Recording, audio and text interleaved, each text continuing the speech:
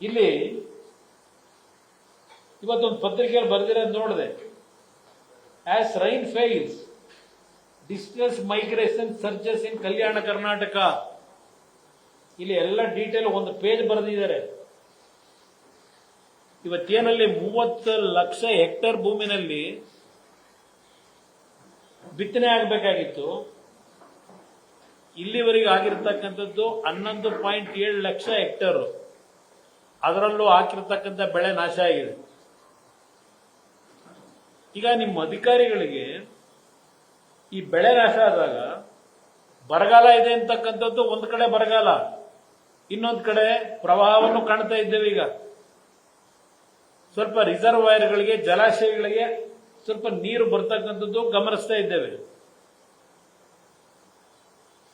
ನಿಮ್ಮ ಅಧಿಕಾರಿಗಳಿಗೆ ಸಭೆ ಮಾಡ್ತಾರೆ, ಚೀಫ್ ಸೆಕ್ರೆಟರಿನೋ ಇಲ್ಲ ಡಿಸಾಸ್ಟರ್ ಮ್ಯಾನೇಜ್ಮೆಂಟ್ ನ ಸೆಕ್ರೆಟರಿ, ಕೇಂದ್ರ ಸರ್ಕಾರದಿಂದಲೋ ಇಲ್ಲ ನೀವು ಮಾಡಿರ್ತಕ್ಕಂಥ 4 ಗೈಡ್ಲೈನ್ಸ್ ಇದೆಯಲ್ಲ, ಪ್ಯಾರಾಮೀಟರ್ಸ್, ಬರಗಾಲ ಘೋಷಣೆ ಮಾಡಲಿಕ್ಕೆ ಇಲ್ಲ ಫ್ಲಡ್ ನ ಇರ್ತಕ್ಕಂಥ ಘೋಷಣೆ ಮಾಡತಕ್ಕಂಥದ್ದಕ್ಕೆ ಅದಕ್ಕೆ ವಿಷಯಗಳನ್ನ ಸಂಗ್ರಹ ಮಾಡಿ ಎಲ್ಲೆಲ್ಲಿ ಏನೇನು ಪರಿಸ್ಥಿತಿ ಇದೆ ಅದನ್ನ ಕೇಂದ್ರ ಸರ್ಕಾರಕ್ಕೂ ಕಳಿಸಬೇಕಲ್ಲ. ಅದು ಎಷ್ಟರ ಮಟ್ಟಿಗೆ ಇಲ್ಲಿವರೆಗೆ ಸ್ಥಳ ಪರಿಶೀಲನೆ ನಿಮ್ಮ ಅಧಿಕಾರಿಗಳು ಮಾಡಿದ್ದಾರೆ? ನನಗಿರ್ತಕ್ಕಂಥ ಒಂದು ಮಾಹಿತಿ, ಈ ಬರಗಾಲದ ವೀಕ್ಷಣೆ ಮಾಡಿ ಮಾಹಿತಿ ಪಡೀತಕ್ಕಂಥದ್ದಕ್ಕೆ ಇನ್ನು ನಮಗೆ ಆಗಸ್ಟ್ 15ನೇ ತಾರೀಕಿನವರೆಗೆ ಕಾಲಾವಕಾಶ ಇದೆ.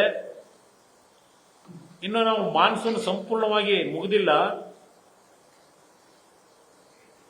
ಜುಲೈ 15ನೇ ತಾರೀಕಿನಿಂದ ಆಗಸ್ಟ್ 15ನೇ ತಾರೀಕುವರೆಗೂ ನಾವು ಏನಾಗಬಹುದು ಅದನ್ನೆಲ್ಲ ನೋಡಿ ಆಮೇಲೆ ಸ್ಥಳ ಪರಿಶೀಲನೆ ಮಾಡ್ತೀವಿ.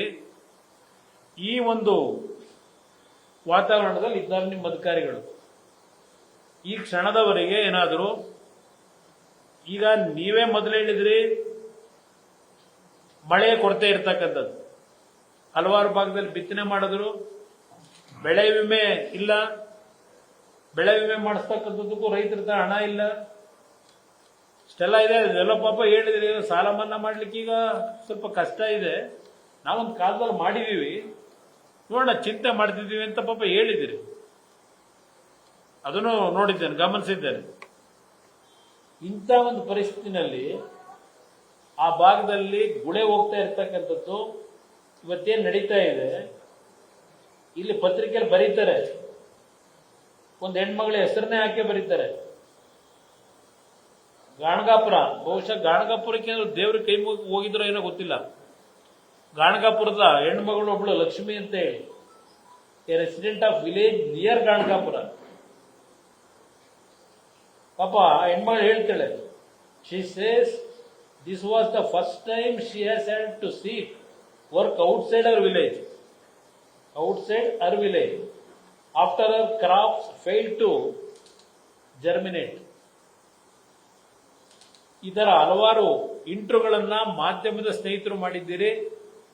ನಮ್ಮ ಮಾಧ್ಯಮದ ಸ್ನೇಹಿತರಿಗೆ ನನ್ನ ಅಭಿನಂದನೆಗಳನ್ನ ರೈತರ ಪರವಾಗಿ ಸಲ್ಲಿಸಲಿಕ್ಕೆ ಬಯಸ್ತೀನಿ. ಅಟ್ಲೀಸ್ಟ್ ನೀವಾದರೂ ಸರ್ಕಾರದ ಅಧಿಕಾರಿಗಳು ಎಷ್ಟರ ಮಟ್ಟಿಗೆ ಈ ಸರ್ಕಾರದ ಮುಂದೆ ಈ ಮಾಹಿತಿಗಳನ್ನು ಕೊಟ್ಟಿದ್ದಾರೋ ಗೊತ್ತಿಲ್ಲ ನನಗೆ. ಆದರೆ ಅಟ್ಲೀಸ್ಟ್ ನಮ್ಮ ಮಾಧ್ಯಮದ ಸ್ನೇಹಿತರು ಇದ್ರ ಬಗ್ಗೆ ಗಮನ ಸೆಳೀತಾ ಇದ್ದೀರಿ.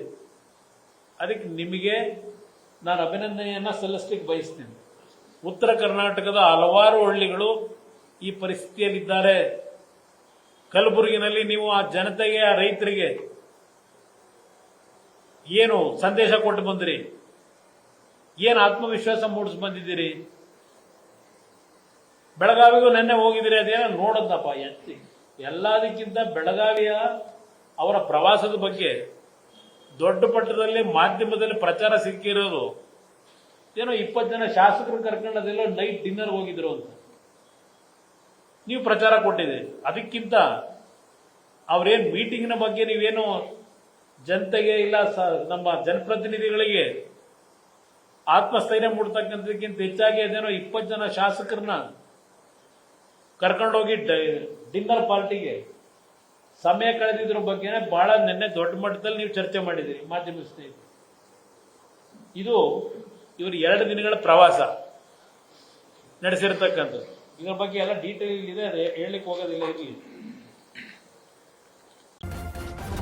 ನ್ಯೂಸ್ ಫಸ್ಟ್ ನಿರ್ಭೀತಿಯಿಂದ ನಿಮ್ಮ ಪರವಾಗಿ.